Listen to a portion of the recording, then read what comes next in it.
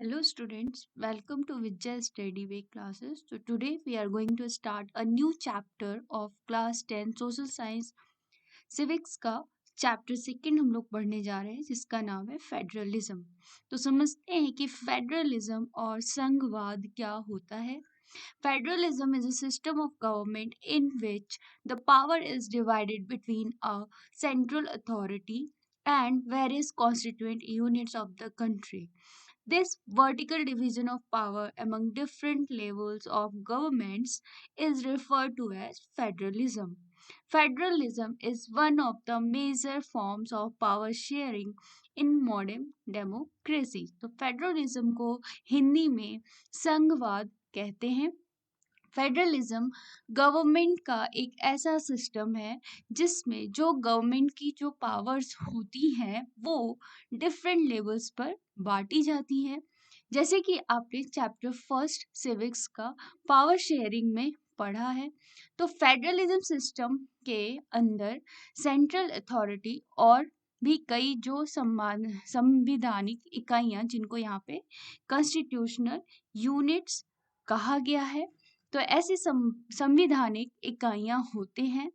इन दोनों के बीच power sharing होती है और इसी डिवीजन ऑफ पावर शेयरिंग को जो कि अलग अलग लेवल्स ऑफ गवर्नमेंट पर होती है उसे ही फेडरलिज्म कहते हैं। तो बेसिकली फेडरलिज्म यहाँ पे वर्ड जो है इसका मतलब यही होता है कि जो भी हमारा गवर्नमेंटल सिस्टम होता है उसमें एक या एक से ज़्यादा प्रकार के सरकारें एक ही स्तर पर काम करती हैं। तो फेडरलिज्म पावर शेयरिंग का एक बहुत बड़ा फॉर्म है, प्रकार है, जिसमें दोनों ही राष्ट्र और राज्य या प्रांतों के स्तर की सरकारें होती हैं जो शासन के दैनिक कामकाज को देखती हैं और दोनों स्तर की सरकारें अपने अपने लेवल पर स्वतंत्र होकर आजाद होकर अपना अपना काम करती हैं, जिसे यहाँ पे मॉडर्न डेमोक्रेसीज का नाम दिया गया है। तो यहाँ पे हम लोगों ने फेडरलिज्म जो टर्म है उसका मीनिंग समझा कि कैसे फेडरलिज्म में एक या एक से अधिक जो सरकारें होती हैं वो दोनों ही काम करते हैं और वो दोनों ही अपने अपने कानून के अंदर ही काम करते हैं। ठीक है, आगे देखते हैं। की फीचर्स ऑफ फेडरलिज्म आर, यहाँ पे कुछ की फीचर्स हैं फेडरलिज्म के हैं। ठीक है, जो कि फेडरलिज्म के विशेषताएं हैं।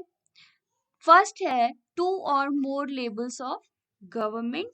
तो फेडरलिज्म में दो या दो से अधिक लेवल ऑफ गवर्नमेंट पर पावर शेयरिंग किया जाता है। Second is different levels of government govern the same citizens where each label has its own jurisdiction in specific matters of legislation, taxation and administration. एक या एक से अधिक स्तर के सरकारें एक नगर में रहने वाले नागरिकों को गवर्न कर सकते हैं, जबकि हर सरकार की अपनी एक न्याय सीमा अधिकार होता है और हम एक ही अपने कानून, टैक्स लगाना और शासन प्रबंध होते हैं। ठीक है, तो जो गवर्नमेंट होती है डिफरेंट लेवल्स की अलग अलग स्तर के, ठीक है, उनके अपने न्याय सीमा, ठीक है, या अधिकार जो होते हैं, अधिकार का जो उनका होता है, जो भी राइट्स होते हैं, टैक्स लगाना या शासन प्रबंध, ये सबका अलग होगा क्योंकि अलग अलग गवर्नमेंट होंगे। बट अलग होने के बावजूद भी हर ये जो एक या एक से दो जो सरकारें हैं वो एक नगर के एक और सारे नागरिकों को एक साथ गवर्न कर सकते हैं, चला सकते हैं। Existence and authority of each level of government is constitutionally governed. तो थर्ड जो विशेषता है फेडरलिज्म की वो ये है कि फेडरलिज्म के अंतर्गत हर सरकार, चाहे वो सेंट्रल हो, चाहे वो स्टेट वाइज हो, चाहे वो डिस्ट्रिक्ट वाइज के अस्तित्व, एग्जिस्टेंस मीन्स अस्तित्व, और अथॉरिटी मीन्स प्राधिकार की गारंटी होती है, क्योंकि डिफरेंट लेवल्स ऑफ गवर्नमेंट के जो राइट्स अधिकार होते हैं वो कॉन्स्टिट्यूशनली संविधानिक रूप से स्टेटेड होते हैं, वर्णित होते हैं. Fourth is the fundamental provisions of the Constitution cannot be unilaterally changed. Such changes require the consent of both the levels of government. तो फोर्थ जो विशेषता है संघवाद की वो ये है कि संविधान के, कॉन्स्टिट्यूशन के जो फंडामेंटल प्रोविजंस होते हैं, जिनको हिंदी में मौलिक प्रावधान बोला जाता है, जो मौलिक प्रावधान होते हैं वो किसी लेवल के गवर्नमेंट अकेले नहीं बदल सकते, चाहे वो सेंट्रल लेवल की गवर्नमेंट हो या फिर स्टेट लेवल की गवर्नमेंट हो, वो अकेले नहीं बदल सकते. ऐसे चेंजेस और ऐसे बदलाव दोनों लेवल्स ऑफ गवर्नमेंट की सहमति से ही हो सकती है. Fifth is courts have the power to interpret the Constitution. The highest court acts as the umpire if any dispute arises between different levels of government. तो यहाँ पे जो फिफ्थ विशेषता है संघवाद की, फेडरलिज्म की, उसमें है कि जो कोर्ट्स होते हैं, अदालत जो होते हैं, उनको कॉन्स्टिट्यूशन और डिफरेंट लेवल्स ऑफ गवर्नमेंट के राइट्स में इंटरप्रेट करने का पूरा अधिकार होता है. अगर डिफरेंट लेवल्स ऑफ गवर्नमेंट में किसी प्रकार के विवाद होते हैं तो उस कंडीशन में हाई कोर्ट जो होते हैं वो निर्णायक का भूमिका निभाते हैं. हाई कोर्ट जो होगा वो अंपायर का रोल प्ले करता है. यहाँ पे जो डिफरेंट लेवल की गवर्नमेंट्स हैं वो अपनी मनमानी नहीं कर सकते हैं. Now six is sources of revenue for each level of government are specified to ensure its financial autonomy. तो फाइनेंशियल ऑटोनॉमी मीन्स स्वायत्तता डेफिनेट करने के लिए डिफरेंट लेवल्स ऑफ गवर्नमेंट के लिए राज्य की जो भी आय होती है अलग अलग सोर्स निर्धारित है. ठीक है, जो भी इनका जो डिफरेंट लेवल्स ऑफ गवर्नमेंट होते हैं, इनकी जो फाइनेंशियल जो भी प्रॉब्लम्स होती हैं या फाइनेंशियल जो भी ऑटोनॉमी होती है वो इनके अपने अपने अलग अलग राज्य पे की जो आय आती है उस पे डेफिनेट होती है, डिपेंड करती है. Seventh is federal system has dual objectives to safeguard and promote unity of the country and to accommodate regional diversity. इस प्रकार जो फेडरल शासन व्यवस्था है जिसको फेडरलिज्म कहा जाता है, इसके दोहरे ऑब्जेक्टिव्स हैं, यहाँ पे डुअल ऑब्जेक्टिव्स हैं. एक तो है देश की एकता की सुरक्षा करना और उसे बढ़ावा देना, तथा इसके साथ ही रीजनल डाइवर्सिटी और जो डिफरेंसेस हैं उनका पूरा सम्मान करना.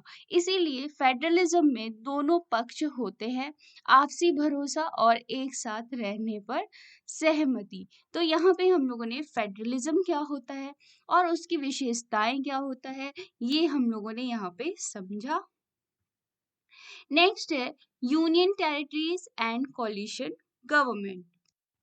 यूनियन टेरिटरीज और जो कोलिशन गवर्नमेंट है, यहाँ पे टर्म इसलिए आया बिकॉज इन दोनों का ही कनेक्शन फेडरलिज्म से है. कैसे है, वन बाय वन समझते हैं. Union territories, some units of the Indian Union which are too small to become an independent state and could not be merged with any of the existing states are called union territories. They are also called centrally administered territories. For example, Chandigarh, Lakshadweep. Union territories का मतलब होता है केंद्र प्रशासित प्रदेश. ठीक है, union territories को federal territories भी कह सकते हैं. कैसे कह सकते हैं, क्योंकि यूनियन टेरिटरीज के अपनी सरकारें होती हैं. यूनियन टेरिटरी को पार्शियली और होल, ठीक है, जो सेंट्रल गवर्नमेंट ऑफ इंडिया है भी गवर्न कर सकते हैं.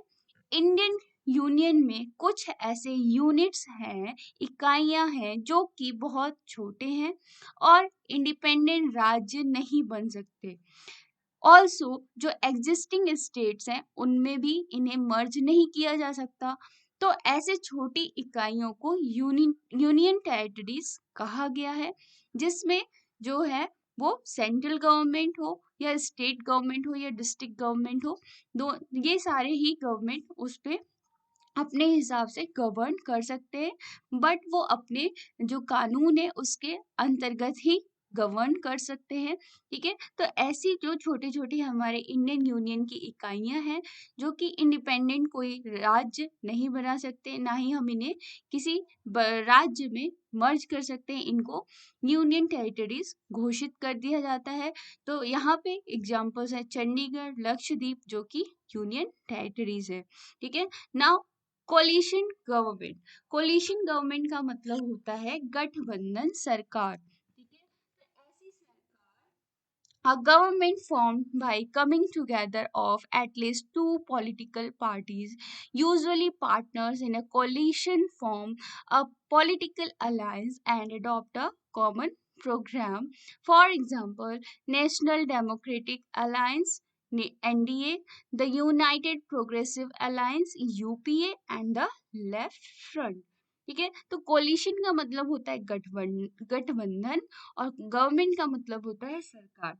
गठबंधन सरकार वो यहाँ पर कम से कम दो पॉलिटिकल पार्टीज एक साथ हो जाते हैं। ठीक है, और एक ही प्रोग्राम पर चलते हैं और सहमति देते हैं और अपनी एक सरकार बना लेते हैं। तो ऐसी सरकार को गठबंधन सरकार कहते हैं, जिसके एग्जाम्पल्स हैं NDA, UPA and the left front. And now India a federal country. India जो है हमारी वो एक फेडरल कंट्री है। कैसे है समझते हैं। The constitution declares India as a union of states, although the word federation is not used. The Indian Union is based on the principles of federation. The constitution originally provided for a two-tier system of government, the union government or the central government representing Union of India and the state governments. A third tier of federation was added in the form of panchayats and municipalities. As in any federation, these different tiers enjoy separate jurisdiction. The Constitution provides for a threefold distribution of legislative powers between the union government and state government. It contains three lists: union list 97 subjects, state list 66 subjects, concurrent list 47 subjects. तो संविधान ने, constitution ने हमारे India को, भारत को बहुत सारे राज्यों का एक संघ घोषित कर दिया है। ठीक है, क्योंकि इंडिया में बहुत सारे जो राज्य हैं वो एक साथ रहते हैं, एक साथ काम करते हैं, एक साथ चलते हैं। हाँ, तो इसलिए इसको जो इंडिया है इसको यूनियन ऑफ स्टेट्स घोषित किया है। Although the word federation is not use, लेकिन इसके लिए फेडरेशन वर्ड यूज नहीं किया है। The Indian union is based on the principle of federation. ठीक है, बट जो इंडियन यूनियन है वो किस पे बेस्ड है, वो बेस्ड है फेडरेशन के प्रिंसिपल पे। ठीक है, संघवाद के संघवाद के प्रिंसिपल पे, प्रिंसिपल को हिंदी में बोलते हैं सिद्धांत।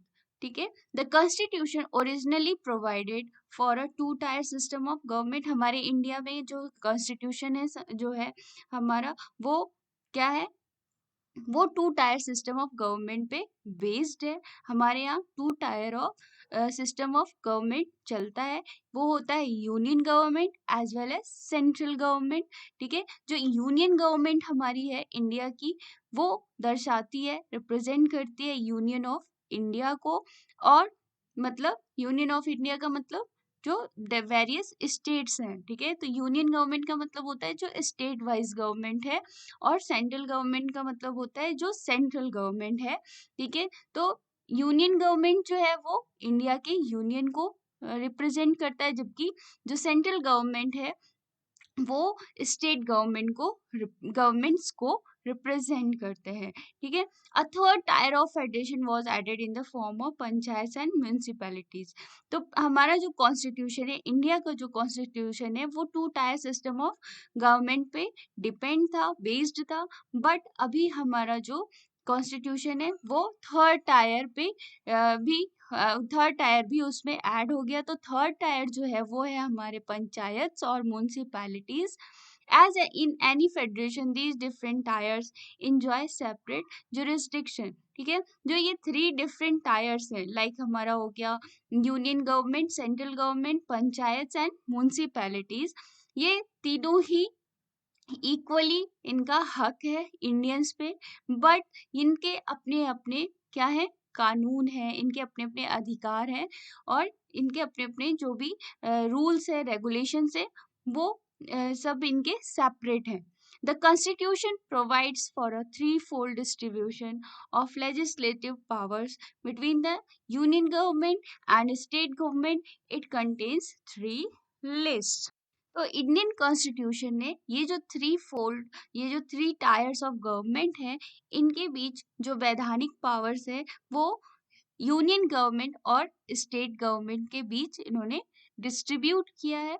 और यहाँ पे थ्री लिस्ट जो है वो यूनियन गवर्नमेंट और स्टेट गवर्नमेंट में आते हैं। वो है यूनियन लिस्ट जिसमें 97 सब्जेक्ट्स है, आते हैं स्टेट लिस्ट जिसमें 66 सब्जेक्ट्स आते हैं, और कंकरेंट लिस्ट जिसमें 47 सब्जेक्ट्स आते हैं। Since India is an example of holding together, जैसे कि हमें पता है कि हमारा जो इंडिया है वो क्या रिप्रेजेंट करता है, डाइवर्सिटी, यूनिटी इन डाइवर्सिटी, और होल्डिंग टुगेदर मतलब हम सब इतनी डाइवर्सिटी, इतनी विविधताएं होने के बावजूद भी हम जो इंडियंस है वो एक साथ खड़े रहते हैं। Federation where the central government is more powerful vis-a-vis the states. Some states, for example, enjoy a special status like Jammu and Kashmir, which has its own constitution. तो यहाँ हमारे इंडिया में जो सेंट्रल गवर्नमेंट है वो जो states governments है उनसे ज़्यादा पावरफुल होते हैं।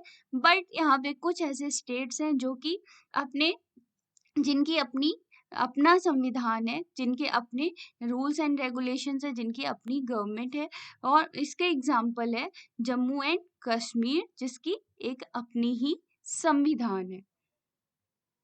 Now coming together federations, this agreement induces independent states coming together on their own to form a bigger unit, so that by pulling sovereignty and retaining identity, they can increase their security. Examples are USA, Switzerland and Australia. अब यहाँ पे हम लोग एक नए federation की बात करते हैं, कमिंग टुगेदर मतलब एक साथ आना।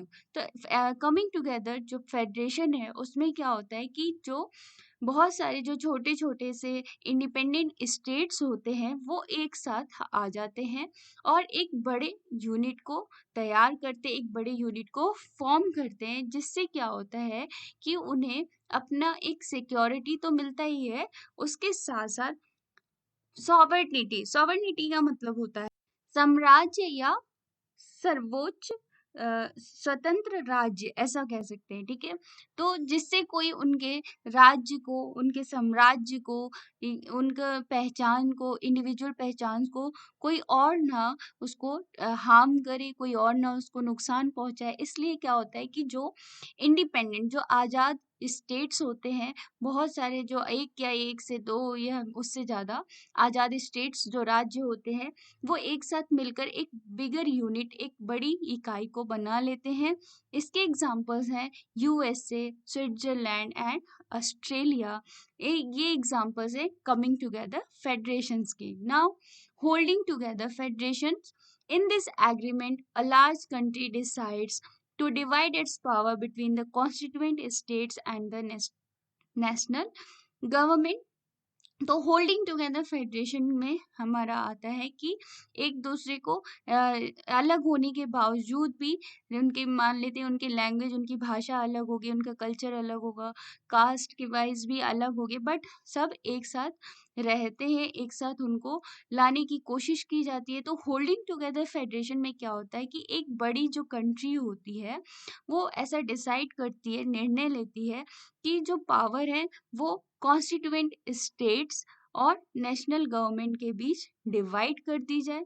क्यों कर दी जाए? Because the central government tends to be more powerful vis-a-vis the states. इससे क्या होगा कि जो सेंट्रल गवर्नमेंट होगी वो स्टेट गवर्नमेंट से ज्यादा पावरफुल हो जाएगी।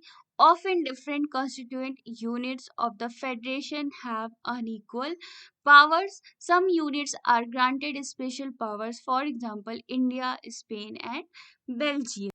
अक्सर जो अलग अलग कॉन्स्टिट्यूएंट यूनिट्स होते हैं फेडरेशन के, उनमें अनइक्वल पावर्स होते हैं, किसी के पास ज्यादा होते हैं तो किसी के पास कम होते हैं।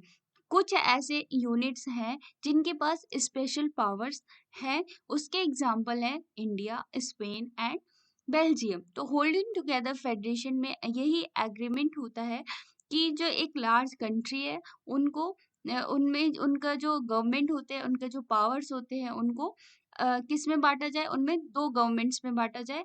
एक तो होता है हमारा स्टेट गवर्नमेंट और एक होता है national government. Now, sharing of power between the union government and state governments. The sharing of power between the union government and the state governments is basic to the structure of the constitution. ठीक है, तो union government में और state government में power को share करना, power को divide करना जो है वो कॉन्स्टिट्यूशन का एक बहुत ही बेसिक स्ट्रक्चर है। The parliament cannot on its own change this arrangement. ठीक है, और जो पार्लियामेंट है वो खुद ही ये जो अरेंजमेंट है, जो पावर शेयरिंग का अरेंजमेंट है, इसे चेंज नहीं कर सकते, बदल नहीं सकते। Any change has to be first passed by the both houses of the parliament with at least 2/3 majority. कोई भी चेंज होता है जो यूनियन गवर्नमेंट और स्टेट गवर्नमेंट दोनों के ही हित में है या दोनों के सहमति से ही होगा, और जो पार्लियामेंट है वो खुद इसे इस चेंज को मंजूरी नहीं दे सकते हैं। इसके लिए क्या होता है कि जो बदलाव करना है तो वो पहले जाते हैं दोनों ही हाउसेस ऑफ पार्लियामेंट में, और इन दोनों में ही कौन सा जो पक्ष में ज्यादा मेजोरिटी होती है उसे ही माना जाता है। और दोनों ही पक्ष में अगर मान लेते हैं वहां पे दो चेंजेस है जो कि एक यूनियन गवर्नमेंट चाहता है और एक स्टेट गवर्नमेंट चाहता है, तो यूनियन गवर्नमेंट का अगर पक्ष है तो इसके लिए भी कम से कम 2 या 3 मेजोरिटी ज्यादा होनी चाहिए, और अगर स्टेट गवर्नमेंट के साथ मेजोरिटी होगा तो उधर से फैसला होगा। It has then to be ratified by the legislatures of at least half of the total states. In case of any dispute about the division of powers, the high courts and the supreme court make a decision. तो ये चीज हम लोगों ने पहले ही जो features of federalism था वहाँ हम लोगों ने पढ़ा था कि कोई भी चेंज होगा जो कि यूनियन गवर्नमेंट और स्टेट गवर्नमेंट करना चाहता है तो वो लोग खुद नहीं कर सकते, उन्हें ऐसा कोई भी राइट नहीं है, वो पहले पार्लियामेंट हाउसेस से पास होगा। देन अगर उसके बावजूद भी कोई हल नहीं निकलता है तो फिर उस कंडीशन में जो हमारे कोर्ट्स होते हैं, हाई कोर्ट, सुप्रीम कोर्ट, वो लोग अंपायर की निर्णायक की भूमिका निभाते हैं इस जो डिस्प्यूट है, ये जो विद्रोह है, इसको सॉल्व करने के लिए। And now reasons for success of federalism in India. अब हम लोग यहाँ पे पढ़ेंगे कि क्यों हमारे इंडिया में जो संघवाद है और कैसे जो संघवाद है वो हमारे इंडिया में सक्सेस हो पाया, सफल हो पाया। Clearly laid out constitutional provisions providing a threefold distribution of powers in the three list: union list, state list, and concurrent list between the union and state governments. तो इंडिया में जो हमारा कॉन्स्टिट्यूशन है वहाँ पे 3 फोल्ड डिस्ट्रीब्यूशन ऑफ पावर्स किए गए हैं। किसके बीच में किए गए हैं? जो कि है यूनियन और स्टेट गवर्नमेंट्स के बीच में। ठीक है। और ये जो पावर ऑफ डिस्ट्रीब्यूशन है ये फिक्स है, और ये इनका जो लेजिस्लेटिव जो है इनका जो लेजिस्लेशन है और इनका जो टैक्सेशन की प्रोसेस है और एडमिनिस्ट्रेशन की प्रोसेस, ये सब फिक्स है। इसमें जो ये डिफरेंट लेवल्स के गवर्नमेंट्स हैं, ये अपने अपने हिसाब से कोई भी बदलाव या चेंजेस नहीं कर सकते हैं। इसलिए इंडिया में जो फेडरलिज्म है वो सक्सेस है, सफल है। The nature of democratic politics in our country, तो इंडिया के में क्या होता है कि जो डेमोक्रेटिक पॉलिटिक्स है, ठीक है, जिसमें सबको इक्वल राइट है, ठीक है। डेमोक्रेसी का मतलब क्या होता है, यहाँ पे हर किसी को, हर सिटीजन को अपने इक्वल राइट्स है कि वो अपना जो है गवर्नमेंट किसे चुनना चाहता है, किसे नहीं चुनना चाहता है। इसीलिए जो हमारे इंडिया में जो फेडरलिज्म है, जो संघवाद है, वो सफल है। The creation of linguistic states, boundaries of several old states of India were change in order to create new states. This was done to ensure that people who spoke the same language lived in the same state. तो India में क्या किया गया कि जो एक जैसी भाषा बोलने वाले लोग थे, ठीक है, एक जैसी भाषा बोलने वाले, और अकॉर्डिंग टू ऐसा बोल सकते हैं, अकॉर्डिंग टू देयर लैंग्वेज अलग अलग स्टेट्स बनाए गए, अलग अलग स्टेट्स उनको दिया गया, जहाँ पे वो लोग अपनी स्वतंत्रता के हिसाब से रह सकते हैं, बोल सकते हैं, ठीक है। तो ये सारी चीजें जो हैं ये हमारे इंडियंस में क्या लाते हैं कि एक एकता लाते हैं, डाइवर्सिटी होने के बावजूद भी एक यूनिटी लाते हैं। यहाँ पे हर किसी को अपने हिसाब से चलने बोलने की आज़ादी है, हर किसी के। यहाँ पे इंडिया में जो स्टेट्स हैं अलग अलग अकॉर्डिंग टू देयर, जैसे महाराष्ट्र है, महाराष्ट्र में जो मराठी बोलने वाले लोग रहते हैं वो रहते हैं ज़्यादातर, जैसे तमिल हो गया, ठीक है। तो इस तरीके से अलग अलग भाषा बोलने वाले जो लोग हैं उनको अलग अलग स्टेट्स में रहने को मिला, रहने दिया गया, और वहाँ पे जो लोग हैं वो बिल्कुल ही फ्रीडम के साथ रह सकते हैं, बोल सकते हैं। तो यहाँ इसलिए इंडिया में भी जो संघवाद का जो भी उसका जो प्रिंसिपल था वो सफल हुआ। Restricting of central state relations, India में फेडरेशन से पहले क्या था कि जो sovereignty and rights थे वो क्या थे, वो अलग नहीं थे, उनका मतलब बना हुआ नहीं था। जैसे अभी क्या है, अलग अलग स्टेट्स है, अलग अलग साम्राज्य है, ठीक है। फेडरेशन से पहले ऐसा नहीं था।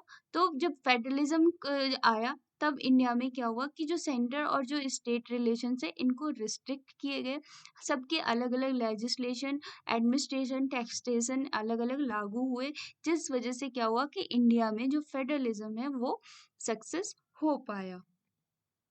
Now, language policy of India. Our constitution did not give the status of national language to any one language. The formation of linguistic states united the country and made administration easier. The leaders of our country adopted a very cautious attitude in spreading the use of Hindi. Hindi was identified as official language.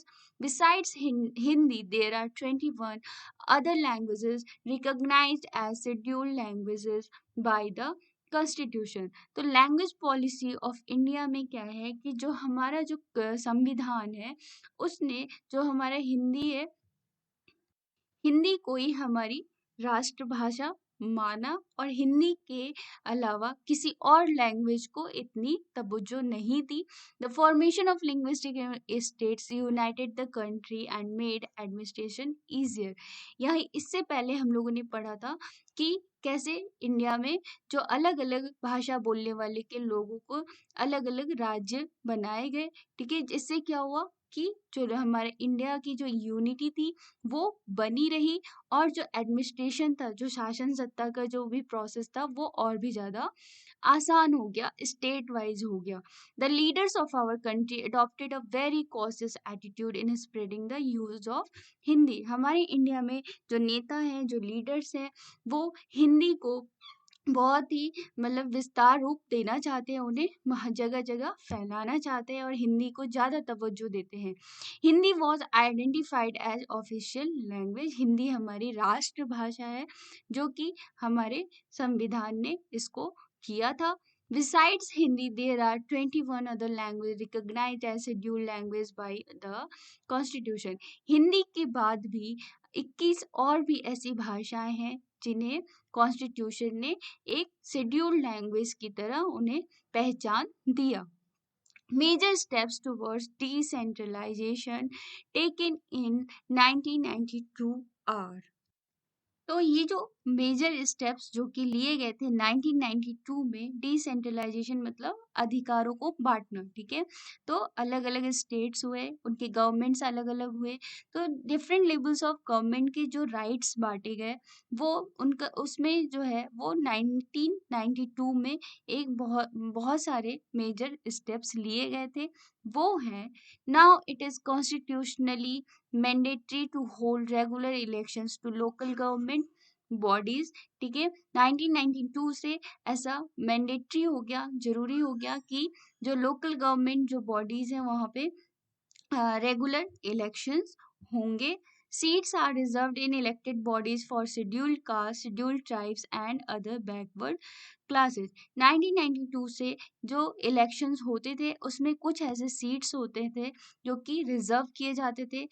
जो cast होते थे, scheduled caste हो गए, scheduled tribes हो गए, OBCs हैं, इनके लिए कुछ सीट्स जो होते थे इलेक्शंस में वो रिजर्व होते थे.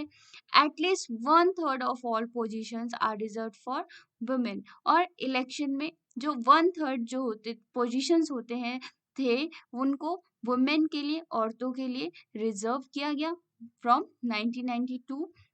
The State Election Commission was created to conduct panchayat and municipal elections. और फिर स्टेट इलेक्शन जो कमिटी थी उन्होंने पंचायत और म्यूनिसिपल इलेक्शंस को भी करवाना या कंडक्ट करना स्टार्ट किया. The state governments are required to share some powers and revenue with local government bodies. और जो state governments थे उन्होंने कुछ भी जो powers थे उनको share किया with local government bodies. तो ये थे कुछ हमारे ऐसे स्टेप्स जो कि 1992 में लिए गए थे, जिनमें जो अधिकार थे, जो गवर्नमेंट के जो राइट्स थे वो डिफरेंट लेवल ऑफ अलग अलग स्तर के सरकारों में बांटी गई थी.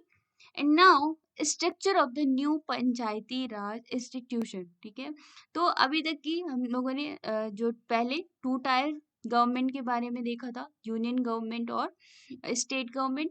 अब हम लोग बात करेंगे 3rd टायर के बारे में, जो है हमारा रूरल लोकल गवर्नमेंट और अर्बन एरियाज लोकल बॉडीज. इस तो रूरल लोकल गवर्नमेंट में जो आते हैं वो होते हैं पंचायती राज.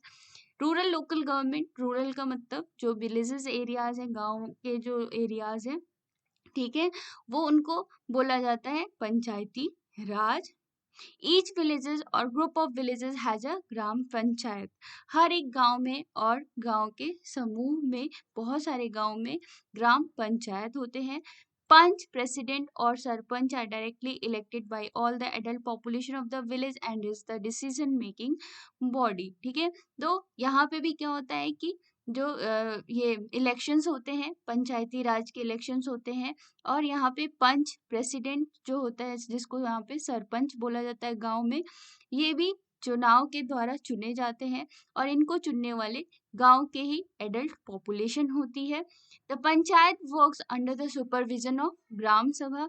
और ये जो पंचायत गांव की होती है, ये जो काम करते हैं, ये काम करते हैं ग्राम सभा के अंदर में, with all the voters as its members. और जो ग्राम सभा के जो वोटर्स होते हैं, जो मेंबर्स होते हैं, वो एज अ वोटर्स भी इन पंचायत में क्या हिस्सा लेते हैं, रोल प्ले करते हैं.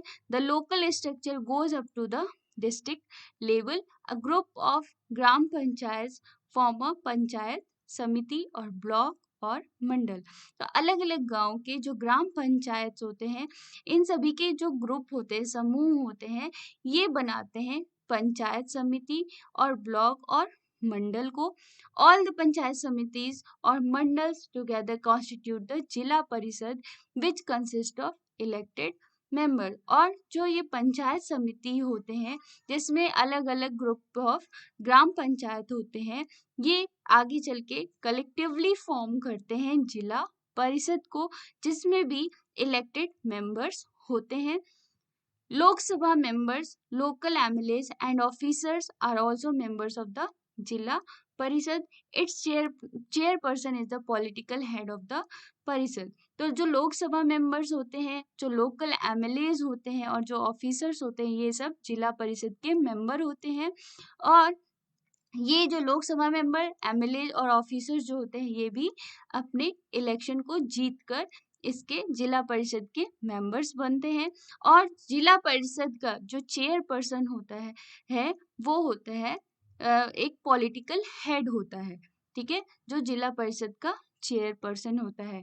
अब हम लोग यहाँ तक तो थी गांव की बात, कि गांव में जो ग्राम पंचायत होते हैं और पंचायती राज और पंचायत समिति, पंचायत मंडल, ठीक है, जिला परिषद। अब हम लोग चलते हैं शहर की तरफ।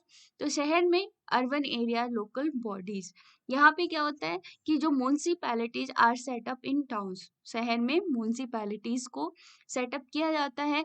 Big cities are constituted into municipal corporations. जो बड़े बड़े शहर होते हैं उनमें म्यूनसिपल कॉर्पोरेशंस बनाए जाते हैं, गठित किए जाते हैं। Both are controlled by elected bodies consisting of peoples representatives, ठीक है। तो जो म्यूनसिपैलिटी और जो म्यूनसिपल कॉर्पोरेशन है, ये दोनों ही किससे होते हैं, किससे रूल किए जाते हैं, कंट्रोल किए जाते हैं? ये कंट्रोल किए जाते हैं बाय द इलेक्टेड बॉडीज। इसमें जो भी इनको दिया जाता है, जो काम दिया जाता है, ये जो अलग अलग पदों पे जो लोग आते हैं, चुन के आते हैं, बाय इलेक्शन आते हैं, ठीक है, तो इनके द्वारा ये म्यूनसिपल कॉर्पोरेशंस चलाए जाते हैं। Municipal chairperson is the political head of the municipality. और म्यूनसिपल कॉर्पोरेशन का या म्यूनसिपैलिटी का जो चेयरपर्सन होता है वो एक होता है political head. The head of municipal corporation is an officer called the mayor. और जो म्यूनसिपल कॉर्पोरेशन का जो हेड होता है उसको मेयर कहा जाता है। तो यहाँ तक था हमारा फेडरलिज्म, संघवाद के बारे में, कि कैसे जो फेडरलिज्म में, या जैसे हमारे इंडिया को फेडरल कंट्री कहा जाता है, हमारा इंडिया फेडरल कंट्री के नाम से जाना जाता है। तो यहाँ पे हम लोगों ने पढ़ा कि कैसे अलग अलग लेवल्स ऑफ गवर्नमेंट पे जो राइट है, जो अधिकार है, वो सबको, जो पावर शेयरिंग है, वो अलग अलग किया जाता है। और यहाँ पे एक मॉडर्न डेमोक्रेसी भी होता है, जिसकी वजह से हर एक को, यहाँ इंडियंस को, हर एक इंडियंस को अपने स्वतंत्रता के साथ, अपनी आज़ादी के साथ उन्हें रहने का, बोलने का, अपने हिसाब से अपने लीडर्स को चुनने का पूरा पूरा स्वतंत्रता है, आज़ादी है। तो ये थे हमारे फेडरलिज्म के बारे में। यहाँ पे हमारा फेडरलिज्म का चैप्टर ओवर होता है। बहुत जल्द हम लोग नेक्स्ट चैप्टर पढ़ेंगे। So keep watching, subscribe my channel, also do like, share and comment. Thanks for watching.